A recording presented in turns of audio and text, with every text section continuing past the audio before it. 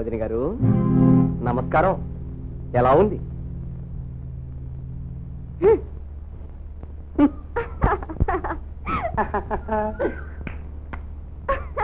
ఎలా ఉంది బావగారు?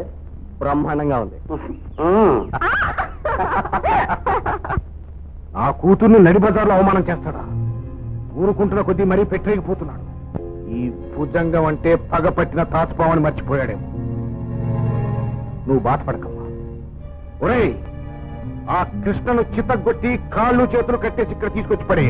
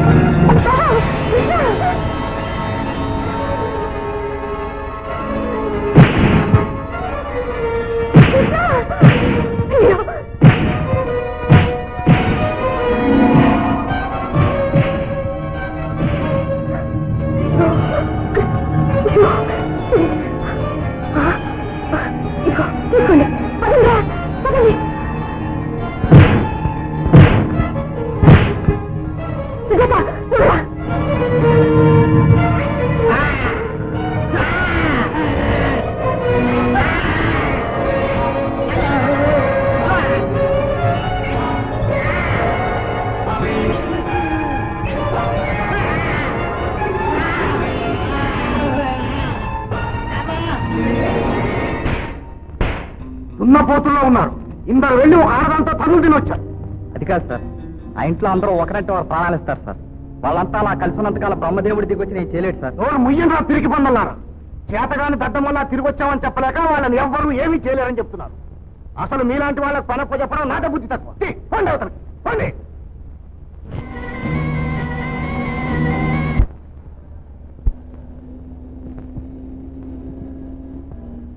వదినా రావద్దు, ఇంటి దగ్గర దింపుతాను. వద్దులే బాబు, ట్యాక్సీలో తిరిగేంత డబ్బున్నదాన్ని కాదు. పావలా తోటకూర తేవటానికి 2 రూపాయల ట్యాక్సీ డబ్బులు నేను ఇచ్చుకున్నాను బాబు. డబ్బులు లేవని బాధపడకొదినా, కావాలంటే అప్పిస్తాం. ఈ అప్పు అనా పైసలతో తీసుకునేది కాదు, అభిమానంతో తీసుకునేది. రావద్దు.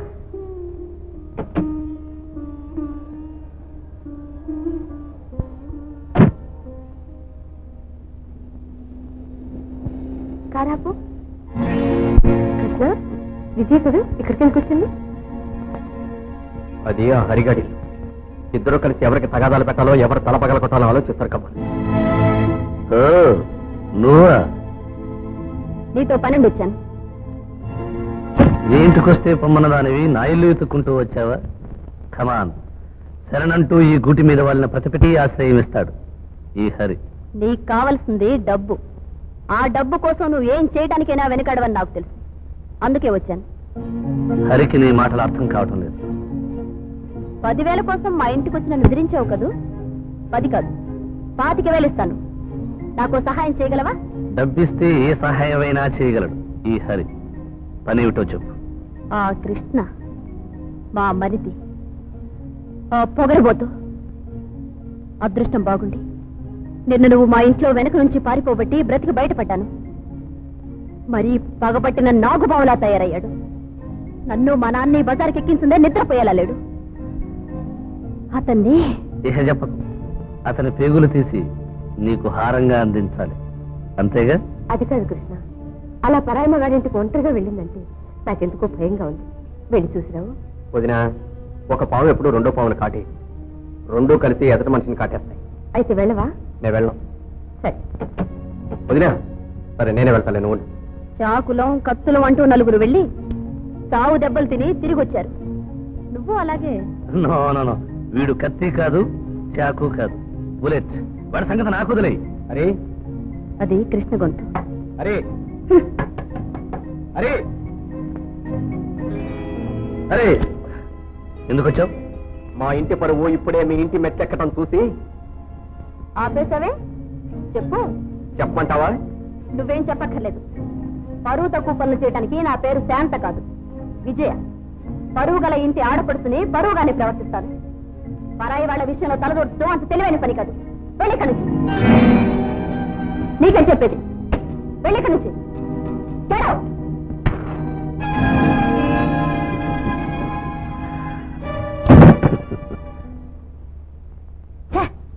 ఇంత ఒంటరిగా నీ కళ్ళ ముందుకు వచ్చిన మనిషిని చూస్తూ వదిలేస్తావా?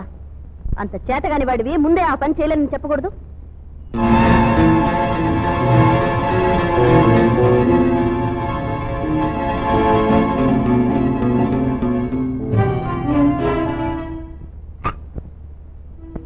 ఏమిటా చూపులు?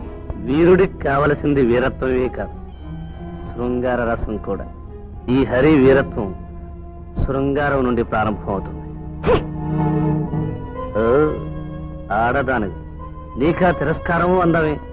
ఏదైనా చెయ్యి, నాకు కావలసింది నేను తీసుకుంటాను. అడుగు ముందుకు వేసావంటే తిరగబడతావు, అంతేగా? తిరగబడి ఆడదాని స్పర్శ మరింత తీయగా ఉంటుంది. ఇదిగో డార్లింగ్, ఎన్నో రోజులుగా ఎన్నో కోణాల నుంచి నీ అందాన్ని పరిశీలిస్తూనే ఉన్నాను. ఈ రోజు నీకుగా నువ్వు వచ్చి ఈ అవకాశాన్ని ఇచ్చావు. ఈ అందాన్ని వదులుకునే రసికుణ్ణి మాత్రం కాదు. కమాన్ కమాన్ డార్లింగ్.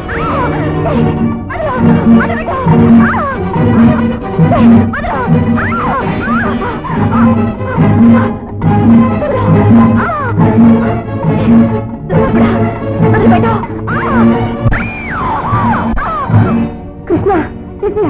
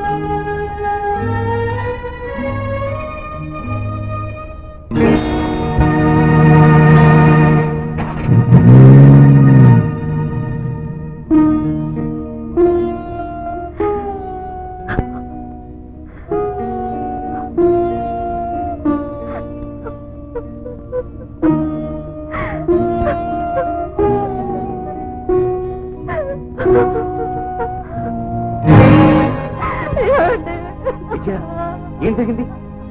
వాళ్ళ ట్యాక్సీలో వచ్చావేంటి? వాళ్ళు ఏమైనా చేశారు? నేను మా వదిన నేనేమన్నా? ఏమండి, దేవతని తప్పు పెడితే ఆ పెరిగే పాపాలకి తరుగుండదండి.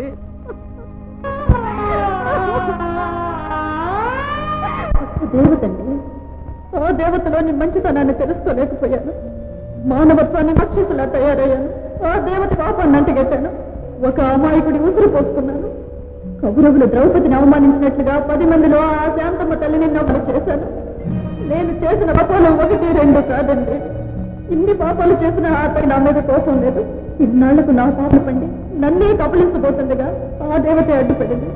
ఏ తల్లినైతే ఒకనాడు నేను బట్టలు ఉడివేయించి ఆనందించానో ఆ తల్లి ఈనాడు నాకు బట్ట కప్పి నన్ను రక్షించింది.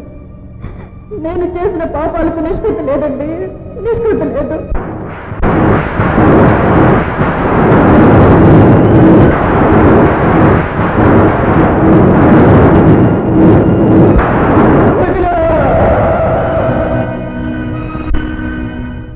ఏమిటా మాటలు?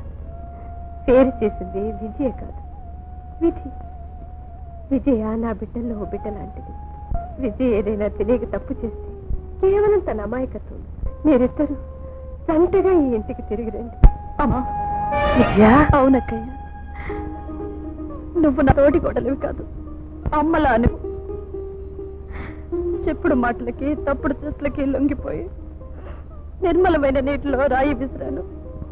నా పాపానికి నిష్కృతి లేదక్కయ్యా, నన్ను క్షమించక్కయ్యా. తప్పమ్మా, తప్పు.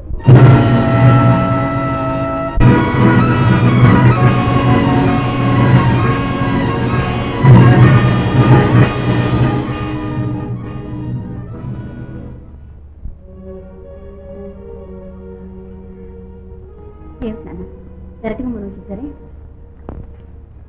అగ్గిపెట్టని ఎట్నుంచైనా తిరగవచ్చు కదా, అందుకని ఈ కొంపలోకి ఎట్నుంచైనా రావచ్చులే అని ఇలా వచ్చాను.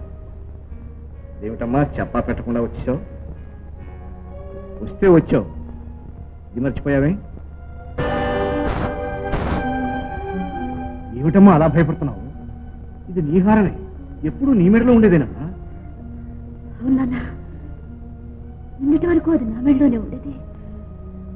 అది ఉన్నంతసేపు నాలో అహంకారం, అహంభావం పరవలు దొక్కుతూ ఉండేది. నాకు ఈ హారం వద్దు నాన్న. సరే, నీ ఇష్టం. ఇంటికి పోదాం. ఇంట్లోనే ఉన్నాను నాన్న, నా ఇంట్లో ఉన్నాను నాన్న. ఇది దేవతలుండే ఇల్లు నాన్న.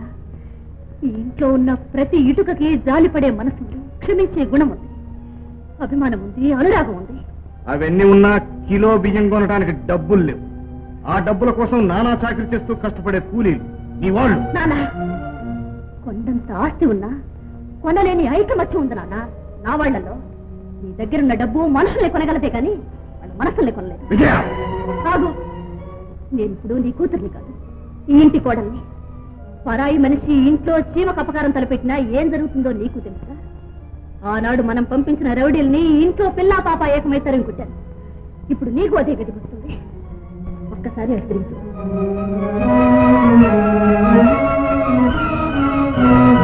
నీ తలరాతిలా రాసుంటే దానికి నేనేం చేస్తానే? ఇంద్రభవన్ లాంటి ఇల్లు చేసి ఈ ఇరుక్కొంపలను పడి ఉంటానంటే అలాగే. కానీ అది నీ క్రమ. నీ క్రమకి ఎవరు బాధ్యులు కాదు. ఇక్కడే తగలరు, ఇక్కడే తగలరు. కట్టుకున్న భర్తతో కాపురం చేసుకుంటానంటున్న కూతుర్ని నీ కర్మ తగలడు అంటూ చిందులు తొక్కే ఇలాంటి తండ్రికి శిక్ష ఏమిటి? కోర్టులు చట్టాలు ఇతనికి ఏ శిక్ష ఇవ్వలేకపోయినా కన్న కూతురే ఛీ అన్న ఒక్క మాట చాలు, ఆ తండ్రికి అదే మరణశిక్ష. మరణశిక్ష, మరణశిక్ష, మరణశిక్ష, మరణశిక్ష. ఇలాంటి బొమ్మరిళ్లకు శ్రీరామ రక్ష, శ్రీరామ రక్ష, శ్రీరామ రక్ష, శ్రీరామ రక్ష.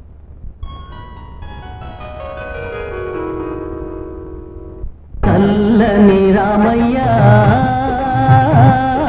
చక్కని సీతమ్మ, కొలువున్న లోగిలి కోవెలేనమ్మ, మా కోవెలేనమ్మ. చల్లని రామయ్య, చక్కని సీతమ్మ, కొలువున్న లోగిలి కోవెలేనమ్మ, మా కోవెలేనమ్మ.